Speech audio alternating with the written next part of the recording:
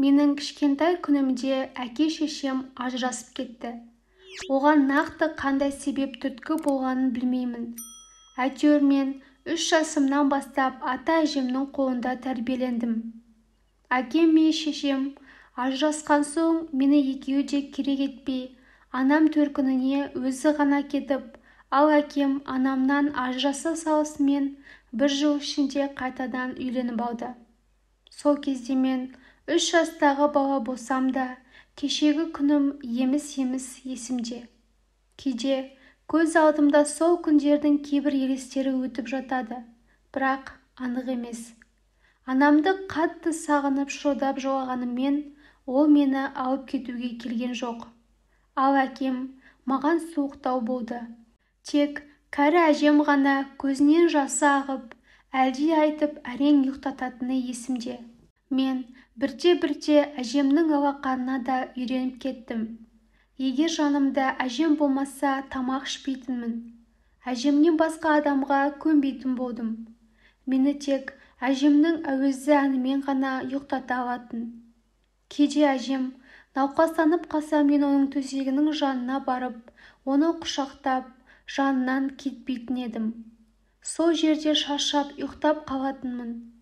Әлсіз қимылмен менің басымнан сипаған әжемнің алақаны сол кезде маған кәдімгідей ес беретін. Әкем анау, тасбауыр.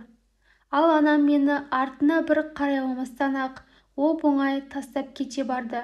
Олардан гөрі әжем соншалықты мейірбан, соншалықты жұмсақ мінезді жан. Бала болсам да, менің кеудемде әке-шешеме деген ыза кек бой көтере бастады. Өскен сайын сол кек өрши түсті. Менің тағдырыма немқұрайлы қарағандары үшін, мені осы өмірге тірі жетім етіп тастап кеткендері үшін қалайда кегімді алуға тырыстым. Алайда сондай мейірбан жүректі әжемнің тәрбиесінде болғандықтан, олай ету де қолымнан келмеді. Бәлкім, мен әкеме де, шешеме де тартпаған шығармын. Егер олар секілді болса, мен олардан өткен тас жүрек болар едім.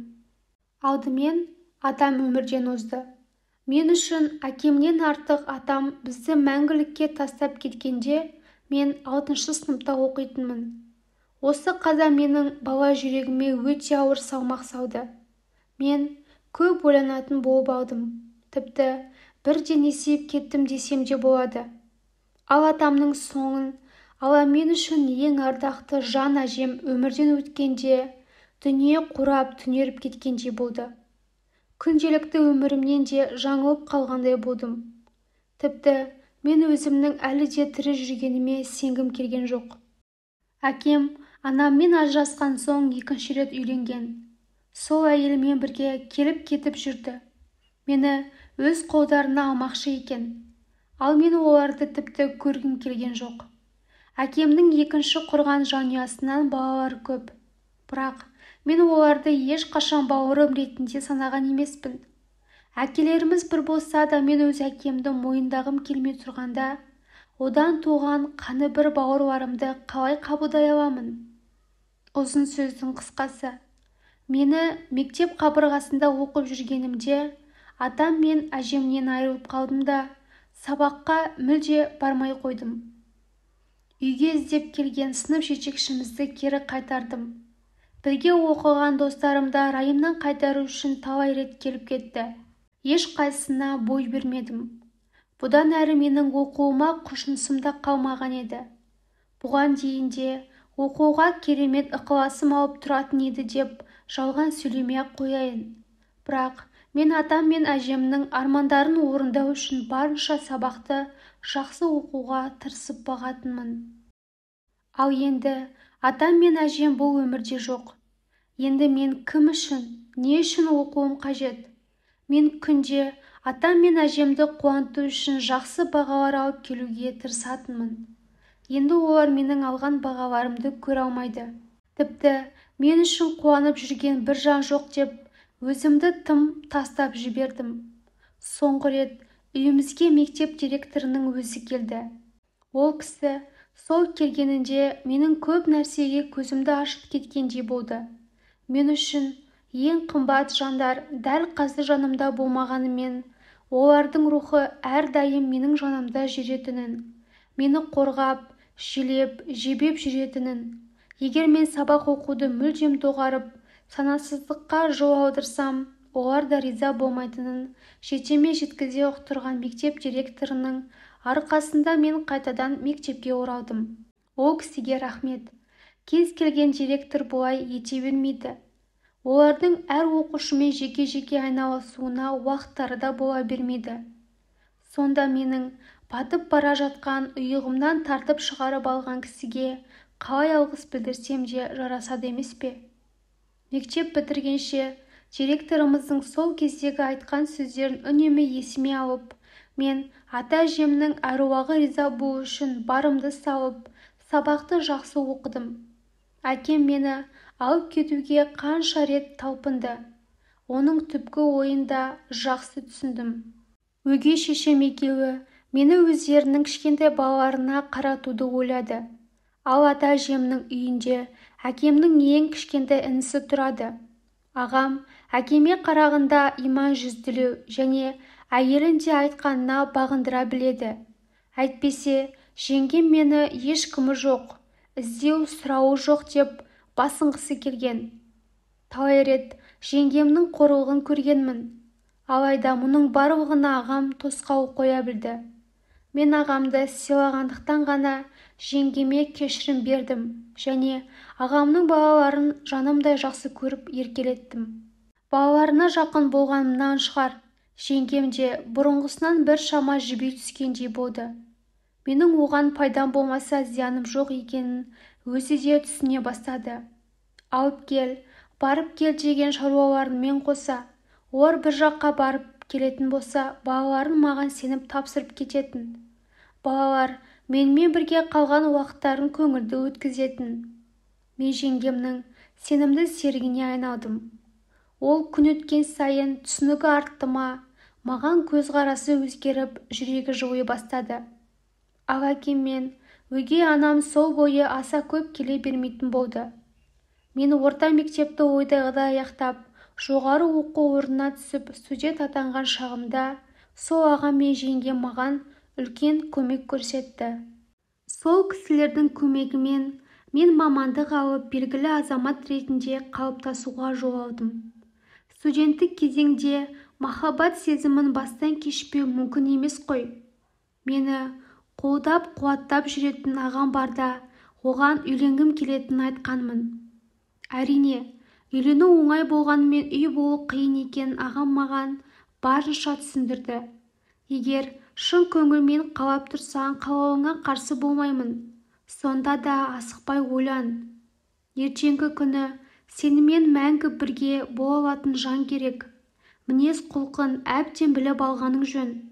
Бұл менің саған айтар ағалық ақылым, әрі әке-шешемнің жаны жай табуы үшін алаңдағаным деді. Мен таңдауымның дұрыстығына сенген едім. Өйткені осы уақытқа дейін кездескен қыздардың бірінің көркі ұнаса, бірінің мінезі ұнап, ал олар менің әке-шешемнің ажырасып кеткенін, қазір екеуімен бірге тұрмайтынымды айтқанда, барлығы кері бұрылып кететін. Сонда тірі жетімге өздері емес, әке-шешелері де қыздарының тұрмысқа шыққанын қаламайтынын байқадым.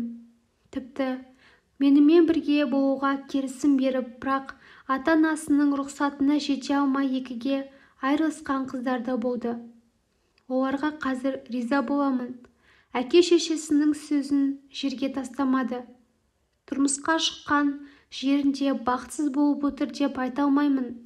Бір шақтың анасы болып отыр. Оларға бақыт тілеймін. Ал енді өз жайыма оралайын. Мен не десем де айтқаныма қарсыласпай көне кететін.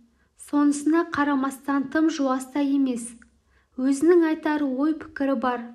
Қылығымен де елтіп әкететін Назымға құлай ғашық болдым. Алғашында оған деген сезімімді жеткізерде қатты толқыдым. Оған бар шынымды, бар сырымды жайып салуға да қорықтым. Өйткені аузы күйген үліп шер дегендей, Назымнан тағы да айырылып қалам ба деп қорықтым. Осы ойлардан Назымның мінез-құлқын терең зерттеуге де мұршам болмады. Мен оның тек бергі бетін ғана көрдім, тек сыртқы келбетінің мінсіздігіне ғашық болдым. Сонда да тәуекел етіп, мен өзімнің тірі жетім екенімді, бірақ әке-шешемнен де артық жандар қасымда екен айтқанымда ол мені түсінді. Ол сенің қалауыңмен болған жоқ. Тағдырыңда бар нәрсеге мен де қарсы келе алмаймын. Бастысы екеуміз бір-бірімізбен түсінсек, кешіре білсек болғаны. Отбасы деген екі жастың бұрынғы болашақ өмірлерімен өлшенбейді. Отбасыны екі адам бірігіп қалайды және іргесін берік етеді деген сөздері де есті адамның сөзі еді. Мен сонысына қарап, ақылды қызға балағам. Тезірек үйленуге асықтым.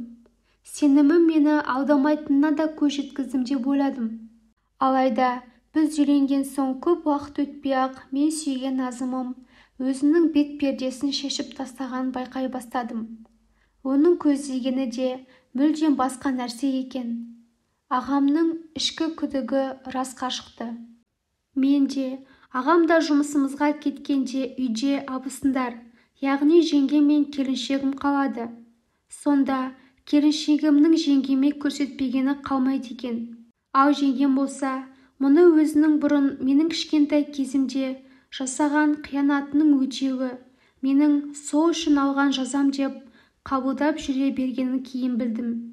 Мұны білген кезімде мен теріме симай ашуландым. Бірақ жеңгемнің ара түсуімен мен келіншегімді кешірген болатынмын.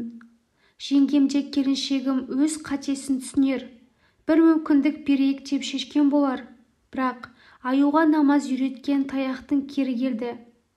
Келіншегім берген мүмкіндігімізді дұрыс пайдалана алмады. Осы үйге келін екенмін деп ойланып жүрген ол жоқ. Білгенін істейді. Ең сорақысы оның ағам мен жеңгемді бала-шағасымен үйден қуып, осы үйді өз атына аударып алу туралы ойы еді. Бір күні ол мені де мына үйден қуып шығудан тайсалмайтынына көзім жетті. Отбасым бұзылады деп қорықпай-ақ мен сол күні келіншегіммен ажырастым. Оны әке-шешесіне табыстап соңынан заңды түрде ажырастым. Арамызда бала болмағына да қуандым. Өйткені баламды қия алмай аға жеңгемнің наласына қалып өмір сүрер ме едім, кім білсін.